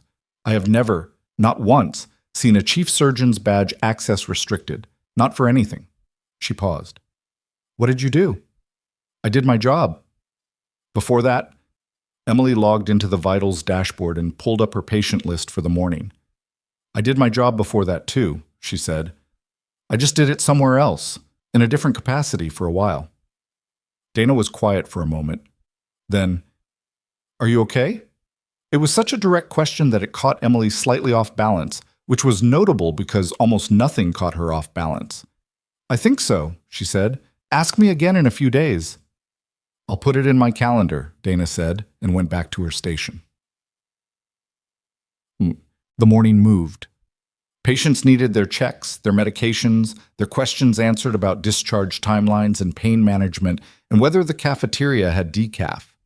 Emily moved with them, room to room, chart to chart, the ordinary choreography of a floor that was, despite everything happening in its administrative corridors, still a hospital with people in it who needed care. Dr. Amara Osei arrived at 7:30 and took the trauma lead with the no-fuss efficiency of a surgeon who had covered last-minute gaps before and found drama about it unhelpful. She was in her early 40s, direct, with a clinical manner that was precise without being cold. She stopped at the nursing hub at 7:45 and looked at Emily with an expression that was neither the wary recalibration of yesterday's colleagues nor the complicated something that Holt had given her in the corridor. "Voss," she said, "you caught the 30-point pressure differential on the MVA last night." It was in the paramedic notes. The paramedic didn't flag it. You did. Osei looked at her straight on. "I reviewed the chart this morning. Good catch. Thank you. I also reviewed your note on the Rourke patient from Wednesday, the secondary bleed concern." She said it without editorial, just as a fact she was acknowledging. "The imaging confirmed your assessment to within about 6 minutes." Emily said nothing. "I'm not trying to make this into something," Osei said. "I just want you to know I've read the charts." She picked up the tablet from the charging station. "If you have clinical concerns on any of my patients today, tell me. I will listen." She walked toward the trauma corridor. Emily watched her go. At 10:15, Morse appeared at the nursing hub, not with the low-key presence he'd maintained yesterday. He looked like someone who had been awake for a long time and had found a specific purpose in that wakefulness. He had a folder under his arm and the focused movement of a person closing out a task. "Ms. Voss, do you have a few minutes?" She had 23 minutes until her next med round. "Sure," she said. They went to the same small administrative office. The recording device was not on the table this time. His partner wasn't there. "The board review moved faster than I expected," he said, sitting across from her. Your clinical record is clean, completely clean, 14 months. And the blood bank log is time-stamped. The imaging timestamps confirm the sequence. Pre-pull at 11:20, secondary bleed confirmed at 11:52. Holt's report characterized your intervention as disruptive speculation. The objective record shows a 32-minute clinical lead on a confirmed complication. He set the folder on the table but didn't open it. The board isn't going to be able to ignore that. I wasn't counting on the board, Emily said. No. He looked at her. You weren't counting on anything, were you? You were just doing the work. Yes. He was quiet for a moment, and she got the impression that whatever he was about to say next had been something he'd been deciding whether to say. The secondary inquiry into Holt, he said. The one the board opened on Army advocacy. A pause. It's wider than his report against you. She waited. His record over the past 3 years includes 4 formal complaints from nursing staff. None of them escalated. 2 from junior physicians about protocol deviations during trauma activations. Also not escalated. Morse's voice stayed even. There's a case from 14 months ago, right around when you started, where a military patient came through the ER with a penetrating abdominal trauma. Patient died on the table. The post-op review flagged a possible delay in surgical intervention. Holt wrote the review. He was also the operating surgeon. He looked at her directly. That case is being re-examined. Emily absorbed that. She thought about the specific kind of person who wrote their own post-operative review on a patient who died under their care and had it accepted without question because the title on their office door said Chief of Trauma Surgery, and nobody in that building had enough standing to push back. She thought about the complaints that hadn't escalated. She thought about all the correct clinical information that had been offered and declined in that trauma bay 2 days ago, and about how many times, in how many rooms, a version of that had happened before she arrived. That case, she said carefully. The soldier who died.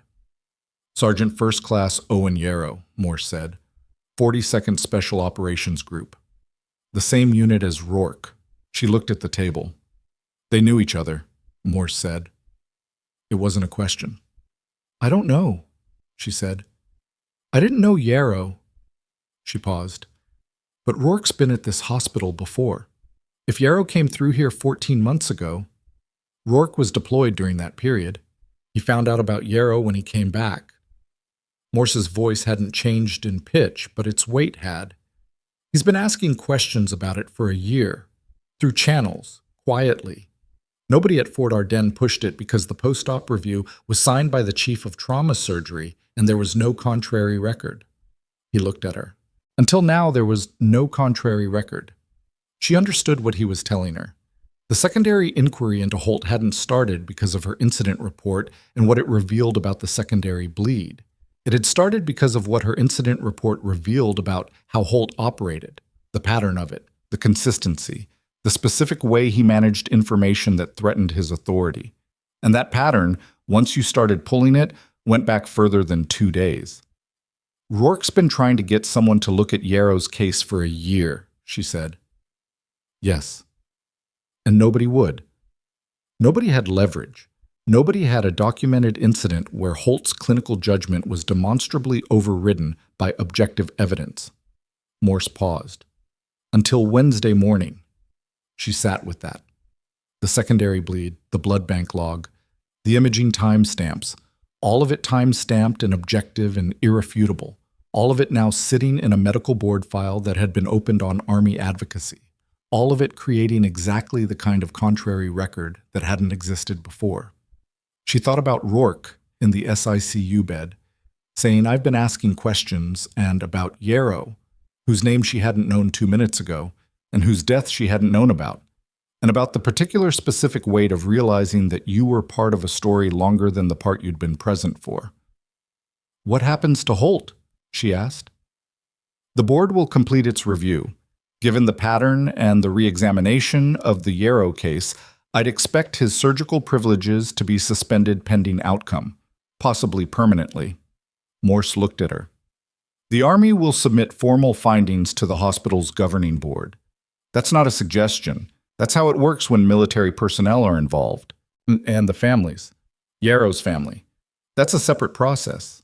He paused. But yes, they'll be contacted. She nodded once. She thought about 14 months. She had been at this hospital for 14 months, doing her job, staying careful, staying invisible. And 14 months ago, a soldier had died in this building in a way that might have been preventable, and his unit had been asking questions that nobody heard, and she had been 3 floors up or 3 bays over and hadn't known any of it. She hadn't been able to save him. She had been here and she hadn't known, and she hadn't saved him, and that sat in her chest in a specific way that she recognized and did not try to move. Some things were not supposed to move quickly. Some things you were supposed to sit with until they found the right place in you. Is there anything else? She asked. Not right now, Morse said. The board will want a formal statement from you, probably next week. I'll be here. He nodded, picked up his folder, and stood. At the door he paused, not in the way Delacroix paused, which was always deliberate, but in the way of someone remembering something they almost left as unsaid. For what it's worth, he said, you made this possible, not by trying to, just by showing up and doing the work correctly. He looked at her directly one more time. That matters. She didn't answer. He didn't wait for one. He left, and she sat in the small office for 2 minutes before going back to her med rounds. Noon came faster than she expected. She had arranged to meet Sable Morrow at a diner called Kessler's on the commercial strip 4 blocks from the hospital, which she'd chosen because it was public and had multiple exits, and she'd eaten there enough times that her presence wouldn't register as unusual. She changed out of her scrubs in the locker room, put on the jeans and gray pullover she'd brought in her bag, and walked. Morrow was already there when she arrived, which was expected. Morrow was always already there. She was in her early 50s with an unremarkable face that was somehow difficult to remember clearly, 30 minutes after looking at it, which Emily had long since concluded was not an accident. She was drinking coffee and reading something on her phone, and she looked like any 50-something woman on a lunch break. Emily sat across from her. The server came, took Emily's order, coffee, the turkey sandwich she'd had before and found acceptable, and left. You look well, Morrow said. You said not about the past. That's not about the past. That's about right now. Morrow set her phone face down. You look better than I expected, given the last 48 hours. How much do you know about the last 48 hours? Enough. Winslow briefed our liaison this morning. She wrapped her hands around her mug. The Holt situation is going to resolve the way it should. I'm not here about that. Emily waited. Morrow's way of delivering information was the opposite of Morse's.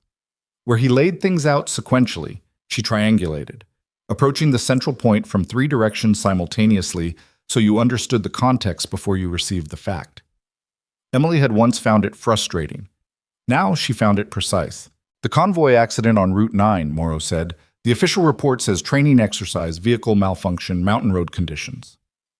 Yes, that's about 60% accurate. Emily looked at her. The convoy was running a material transfer, Morrow said, keeping her voice at the register of 2 people having lunch. Classified equipment. The accident wasn't a malfunction. It was a targeted disruption. She paused. Someone knew the route. Someone knew the timing. And someone wanted those soldiers out of that vehicle and in a hospital where they couldn't communicate securely. The coffee arrived. Emily wrapped her hands around the mug and thought about the black SUVs and the DI team and the speed with which Winslow had been briefed and the specific way Morse had asked his questions. Not just what do you know about these patients, but who do you know who might know them? They were looking for something in the hospital, Emily said. We think so, or someone. The equipment transfer involved components of a communication system that's currently the subject of a counterintelligence investigation. If the right person could get access to a recovering operator, disoriented, medicated, in an unsecured civilian medical facility, they might be able to extract information that the secure environment at Fort Ardennes would never allow. The DI team wasn't just here because of me. No, you were a side discovery, a significant one. Winslow is genuinely invested in what happens to you, and the Holt situation is real and separate. But Morse's team was already inbound before Rourke said your name. Emily absorbed this. You think someone inside the hospital was positioned to access the patients, she said. Morrow picked up her mug. We think it's possible. We don't know who. We don't know if the access was ever attempted. The DI team's presence may have disrupted it. She set the mug down. Which is why I messaged you last night. You want me to stay. I want you to continue doing exactly what you've been doing. Going to work, being present, being the person who notices things. Morrow's eyes were on her, and they had the quality they always had. Not pressure exactly, but a specific kind of steadiness that communicated that what she was saying was both a request and an honest accounting. You have something we don't have in that building. You've been there 14 months. You know the rhythms. You know what's wrong when something is wrong. A pause. And now everyone in that building knows who you are, which makes me less useful as an observer, or more useful as a presence. Morrow looked at her. People behave differently when they know someone who notices things is watching. Emily thought about that. She thought about Osei saying, "Tell me your concerns and I will listen." She thought about Dana putting a follow-up question in her calendar. She thought about Rourke's letter in her glove compartment and Reyes, who had apparently wanted to drive here personally and had been told to wait. She thought about Yarrow, whose name she now knew, and about the family that Morse was going to contact, and about the fact that the only reason any of that was happening was because she had walked into a trauma bay and said 4 words and not stopped saying them even when she'd been told to. How long? She asked. Weeks, maybe, until the counterintelligence piece resolves. I'm a nurse, Emily said. I'm not operational. I know. I don't carry, I don't report. I go to work and do my job. That's all I'm asking. The sandwich arrived. Emily looked at it, and then at Morrow, and thought about the prepaid phone and the 11 months of silence before the message, and about how Morrow had always been careful with her, not because it was policy, but because she understood that some people had a limited amount of times you could ask them to do the hard thing before you had taken something from them that didn't come back. There's something else, Emily said. It wasn't a question. Morrow didn't deny it. The person we think may have been positioned inside Harrogate, the one who might have been looking for access to the convoy patients. She looked at Emily steadily. We think the position may have been arranged in advance, deliberately placed. Emily put the sandwich down. How far in advance? She asked. Morrow was quiet for exactly the wrong length of time. 14 months, she said. The diner ambient noise continued around them. A table of 3 near the window, the server telling someone about the daily special, a car passing on the street outside. All of it continuing at the exact same pace as before, because the world did not adjust its pace to the moment when something you thought was your life revealed itself to be someone else's plan. 14 months. The length of time Emily had been at Harrogate Valley Medical Complex. The length of time since she'd picked Crestfall, Colorado, because it was affordable and low profile and close to a hospital large enough to stay busy. She had thought she'd chosen it. You need to tell me, Emily said carefully, exactly how much of the last 14 months was mine. Morrow held her gaze and did not look away, which was either the answer Emily was afraid of or the beginning of one. Most of it, Morrow said, but not all. Most of it was not nothing. Emily held on to that, not the fear version of it, not the betrayal version, but the plain factual version. Most of the last 14 months had been hers. She had chosen the apartment with the kitchen window that faced east. She had chosen the truck, a used 2019 with 60,000 miles and a heater that worked. She had chosen the way she took her coffee, the specific shelf in the break room where she kept her mug, the route she walked from the back entrance to the nurse's hub, because it was 2 minutes faster and she liked the quiet of it. Those were hers. She looked at Morrow across the diner table. Tell me the part that wasn't. Morrow set her coffee mug down with the careful precision of someone who has rehearsed this conversation and is not happy about having to have it. The job listing for Harrogate was flagged in a network we monitor. Civilian medical facilities adjacent to SOCOM installations. When your separation paperwork cleared, you were on a short list of transition personnel with the right profile for that environment, not to be placed, We weren't running an operation. We were tracking whether the position attracted any interest from people we were watching. She paused. When you applied independently, we let it proceed. You let it proceed. We didn't engineer it. You found the listing. You applied. You got the job because you were qualified. Morrow's voice was direct, which was how it was when she was being careful to be honest. But we knew you were there. We kept the channel open in case it became relevant. Emily thought about the listing she'd found on a general nursing jobs board at 11 p.m. on a Tuesday when she'd been sitting in the Seattle apartment she'd been subletting, looking for somewhere that wasn't Seattle anymore. She had filtered by mountain states, by proximity to a level 2 trauma center or higher, by salary range. She had thought she'd found it herself. And the person you think was positioned in the hospital, Emily said, the one placed 14 months ago. You're saying they came in around the same time I did. Within 6 weeks. And you don't know who. We have a working candidate. We don't have confirmation. Morrow looked at her steadily. Which is why I need you to continue showing up, not doing anything operational, just being there, being the person you've been, and letting us do the work on our end. Emily looked at the sandwich she hadn't eaten. There was a version of this conversation where she said no, where she said she'd spent 6 years doing the thing that needed doing in places that needed it done, and had made a decision to stop, and that decision was still hers and still stood, and Morrow could find another way. That version was available to her. It was a real option. She thought about Yarrow, about a family that was going to get a phone call, about 4 complaints from nursing staff that hadn't escalated, and 2 from junior physicians, and a post-operative review that a man had written about his own patient who died under his hands, and nobody in that building had been in a position to say, wait. She thought about what it cost to be the only person in a room who saw what was actually happening, and still stay quiet because staying quiet was the safe choice. She had made that calculation too many times. She was tired of the calculation. 6 weeks, she said. Morrow looked at her. You said the candidate came in 6 weeks after I did. That narrows it. Emily picked up her coffee. I've worked with the same core staff for 14 months. I know who was there from the beginning. I know who moved differently in the first weeks, who asked the wrong questions early on, who positioned themselves near military intake. Morrow was very still. You're not going to ask me to run a list, Emily said. I'm going to think about it, and if something concrete comes to me, I'll use the phone. That's the extent of it. That's more than enough, Morrow said. They ate. Or Morrow ate. Emily worked through half the sandwich and found it adequate, which was her general benchmark for food that wasn't the point. Outside the diner window, Crest Falls commercial strip moved through its lunch hour. People who had jobs and lunch breaks and no particular reason to be thinking about counterintelligence operations or military convoy routes, or a surgeon whose badge had stopped working at 8 p.m. Morrow, Emily said when they were nearly done. Yes.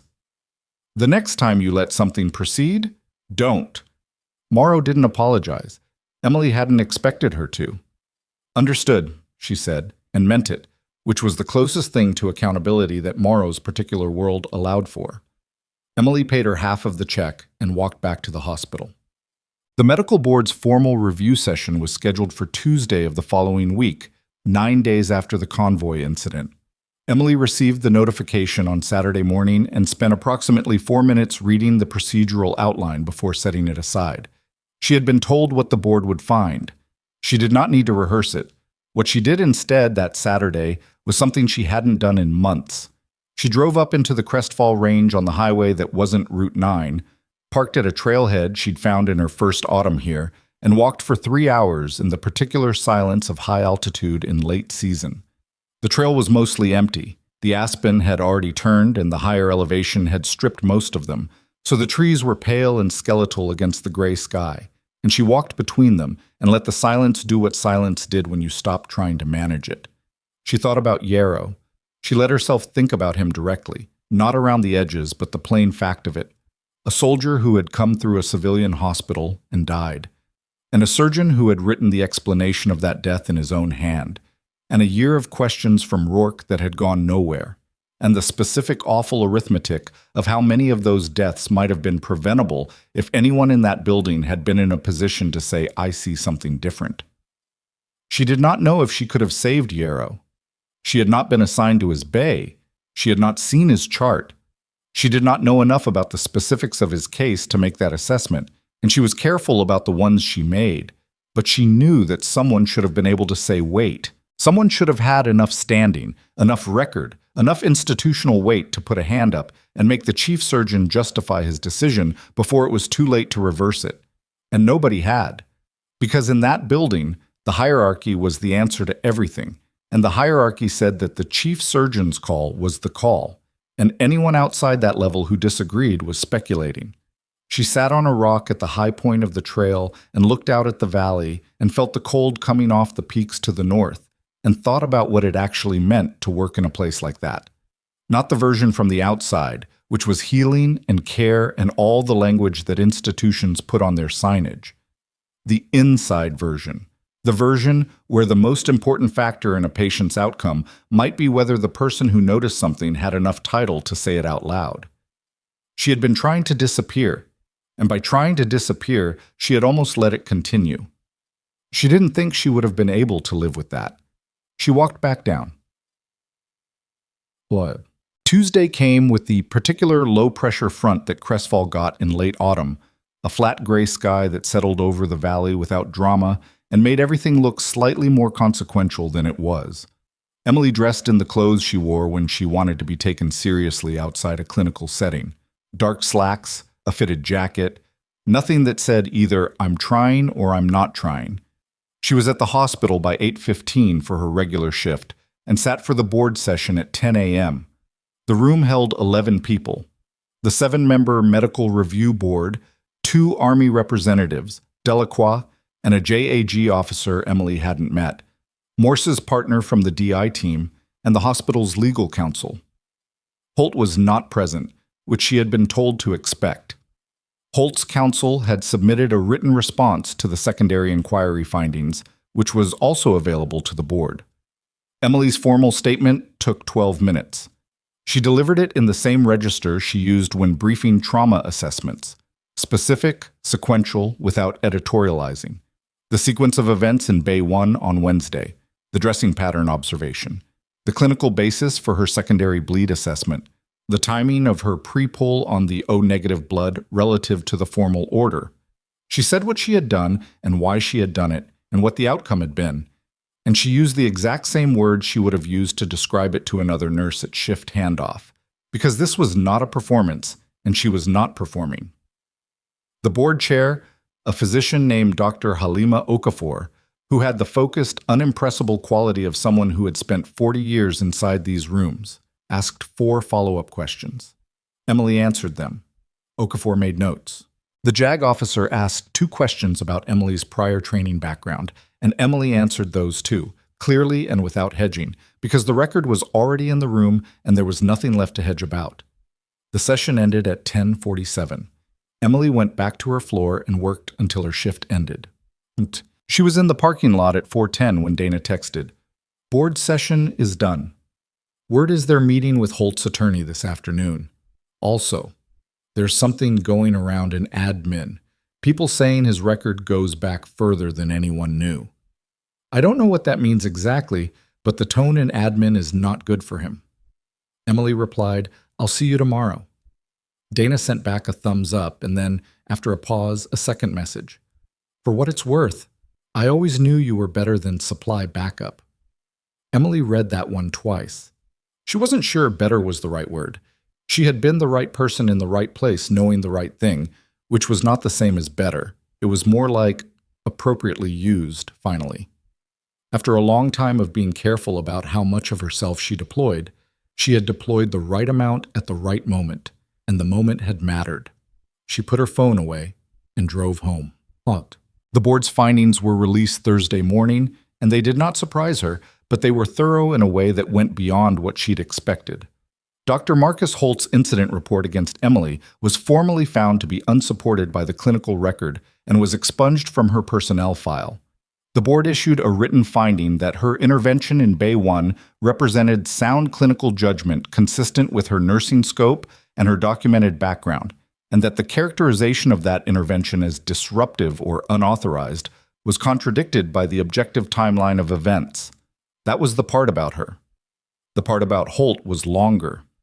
The secondary inquiry had uncovered, across a 3-year period, a documented pattern of dismissed clinical input from nursing staff and junior physicians, 4 incidents of inadequate trauma protocol documentation, and 2 cases where post-operative complications may have been exacerbated by delays in surgical decision-making.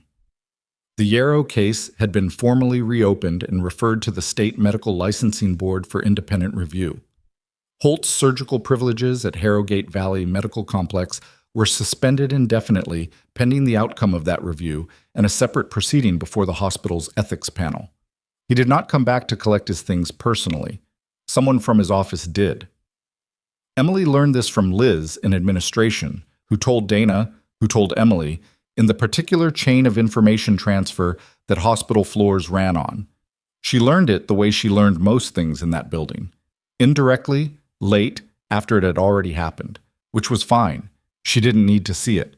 She didn't need the visual of a man carrying a box past her nursing station. The outcome was sufficient. What she felt about it was complicated, which she had expected. She did not feel triumphant. She felt the specific heavy relief of something that needed to be true finally being true, which was not the same as satisfaction, and was certainly not joy. Somewhere there was a family waiting for a phone call about Owen Yarrow. Somewhere there were nursing staff who had filed complaints that went nowhere and had probably spent the intervening years questioning their own judgment. Those things were real, and the resolution of them would take time, and the board findings were a beginning, not an end. She noted that. She let it be complicated. And then she went back to work because her patients needed their afternoon medications, and Raymond had been discharged on Monday with printed instructions about sodium intake that he had promised to actually read. And a new patient in room 4 needed someone to explain why her post-op swelling was normal and would reduce, and that the sensation she was describing was nerve activity returning, not damage. Emily explained it clearly and with patience. The patient asked the same question 3 times in different formulations, which was the thing frightened people did when they needed not more information but more reassurance. Emily answered all 3 versions and stayed until the woman's face lost its tight-held quality and settled into something that was not comfort exactly, but was the beginning of it. She went back to the hub and documented the conversation and moved on. Winslow called her direct on Friday afternoon, which was unexpected. Emily had assumed any further communication would be through Delacroix or the JAG officer. The board findings are on record, Winslow said without preamble. Army Advocacy has submitted a formal letter to the hospital's governing board recommending a review of personnel management practices in the trauma surgery department. That process will take months, but it's in motion. I know. I saw the public summary. I want to talk about something else. A pause that Winslow did not usually allow. The Army Surgeon General's office has received Delacroix's commendation submission. Given your record, the classified commendation history, and the Wednesday incident, they've asked me to convey a formal offer. Emily leaned against the kitchen counter and waited. There's a trauma medical training program being restructured at Langford Institute. It's a joint military-civilian facility outside Denver. They want to integrate battlefield trauma assessment into civilian emergency nursing training. The curriculum doesn't currently exist. They're looking for someone to build it. Another pause. Someone who knows both sides. Emily looked out her kitchen window. The valley was dark at this hour, and the lights of Crestfall spread below the hills in a pattern she'd come to know without trying to, the way you learn a place when you live in it long enough to stop seeing it as a view. That's a significant ask, she said. Yes. I'd have to leave the floor. You'd be on the floor differently. Training runs would put you in clinical environments regularly. You'd be embedded, not removed. Winslow's voice had the quality it had in the conference room, direct but not pressuring, laying out a fact and waiting for the person across from her to evaluate it.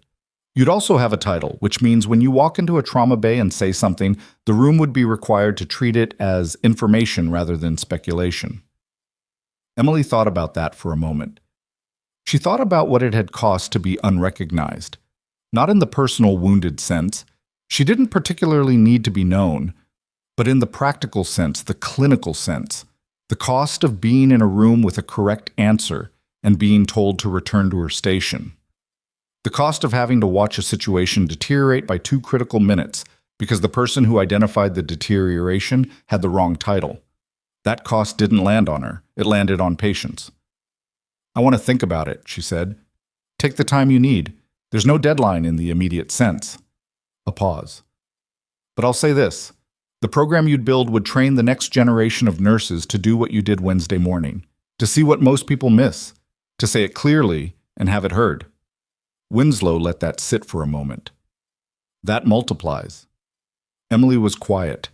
She thought about a version of Wednesday where she hadn't been there, where the nurse in Bay 1 had been someone with 14 months of standard ER experience and no particular ability to read a combat field dressing pattern, and Holt's team had gone ahead with their external assessment, and the secondary bleed had declared itself without warning at 11:52, and there had been no pre-pulled oneg already warm, and Rourke had woken up in a hospital bed without anyone to ask for.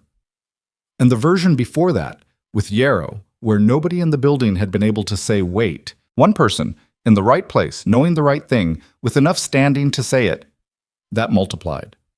"I'll call you Monday," Emily said. "I'll be available," Winslow said, and ended the call. Voss. On Saturday, she drove to a different trailhead, the one further north, which was steeper and less traveled and required attention, which was why she'd always preferred it.